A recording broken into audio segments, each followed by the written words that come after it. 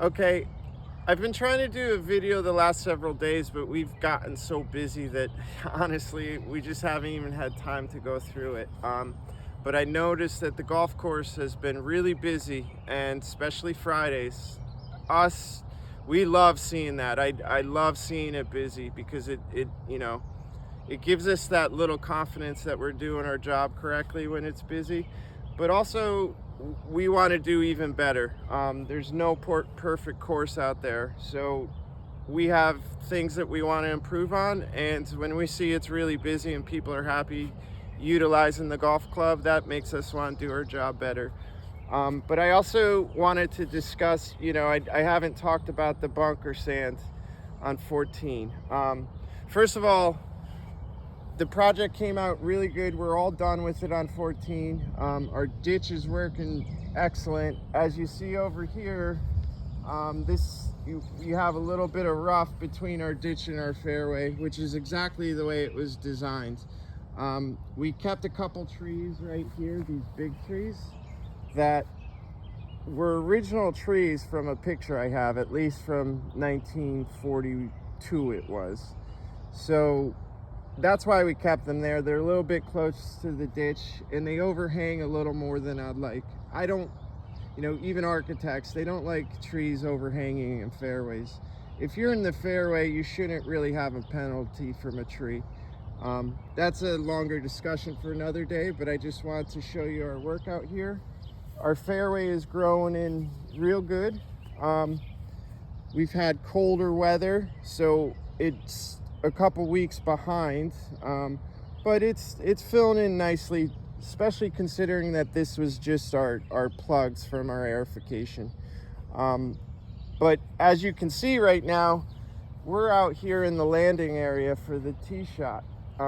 Adding the width to this fairway and moving it to the right a little bit, now you can see your clear shot to the green. So we eliminated the discussion with the trees on the left. Now you can still play the fairway to the left. We brought the rough in a little bit over there on the left, and you can still try to cut the corner and be more aggressive, but you're gonna have the trees to deal with. Out here, we actually, like I said before, we lengthened the hole a little bit because this is a much farther approach shot into your green. It came out great. There's still a lot of trees through here. I think that thinning out some more trees would be very beneficial. But we're getting more sun to this fairway. We've had a lot of rain, and you could see how dry this fairway is. This is now one of our drier fairways because of the ditch and all the drainage we put in. So it came out really good. We're really happy with it, and it's just going to get better with weeks to come when it's all grown in. The other thing I wanted to discuss was our bunker sand. So I know a lot of golfers don't know this, and I'm watching the Golf Channel with the PGA Championship, and a lot of misinformation's thrown out, and hopefully I could do a video next week about that. But bunker sand's an important part of the process of when you're redoing your bunkers. You want to pick the bunker sand that's good for your golf club. For instance, Augusta National, they go with a Pro Angle sand, which is a really angular sand, and it's very expensive, but it's very easy to play out of. You're going to get your consistent lie. It's a lot firmer sand, so the professionals can, they like it when the sand is firm. They can clip it off of that sand and get any spin that they want. Now, the bunker sand that we went with was the stuff that they used for Merion in 2013. So Merion decided they wanted a drier sand. So as golfers, and especially the professionals, if the sand's dry, it's really hard. It's a lot harder to hit out of. It's a lot harder to get the action on your ball, and you might get plugged lies. So for the US Open, what they want to do, and for every US Open, now that I mentioned this going forward, you can watch it this year, they try to keep their sand in their bunkers as dry as possible to make it harder. a bunker is really a hazard. So there's always, architects always argue over the type of sand to put in the bunker because they feel that since it's a hazard, you should have drier sand in there and make it harder. The newer sand that they've come out with in the last 20 years with the Pro Angle sands, it makes your bunker shots a lot easier. It's definitely more consistent. It makes it a lot easier. Now, just reading on Tillinghast and knowing the old timers, the old architects, how they design courses and how they want bunkers come and play, I don't think he would like the newer sand. I think he would like a softer sand, so it's more of a penalty. That all being said, we have to, all our bunkers that we did so far was the same sand they used at Marion.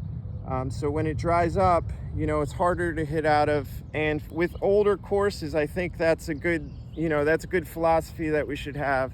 If we want to make this course a little bit harder, our bunkers should play harder also. So on 14, I ordered sand 3 weeks ago, over 3 weeks ago, and they don't make the Newport blend, it's called, that we get anymore. So what we had to do is we're having our own mix blended up just so we could get 14 done. And then going forward, the other bunkers we do, we're gonna have to, I'm working with the guy our vendor that sells it, and they're trying to get us a blend that's gonna be similar to our other sand. So unfortunately, we're still waiting on the sand. He told me it was gonna be here yesterday. Now he's saying Monday. So I apologize for that. I'm as frustrated as you all are with the sand, but we have to pick the right sand. It has to be consistent out here with what we get. So I can't just order another type of sand and have one bunker that doesn't look the same and doesn't play the same. So it's beneficial just to be patient. I know that's a lot of information, but I do think giving you the information on the bunker sand's important, because it's not just buy sand and throw it in there. These are all well thought out projects that we have to keep in mind to make the course harder, or just the Newport bunker sand that we get is also not nearly as expensive as the Pro Angle. And a lot of architects like Ron Pritchard that was out here, he likes the old style sand also, just because, like I said, it makes it harder. A bunker's supposed to be a hazard. Nowadays we rake bunkers and do a lot more with bunkers than was really intended to do. Back in the old days, they barely raked them. So anyway, long story short, we're just waiting for the sand. Hopefully it's in next week. If it's not, I might have to make another decision, but I know that there's probably some frustration out there. We're doing the best we can, and we'll get it in very shortly. Thanks.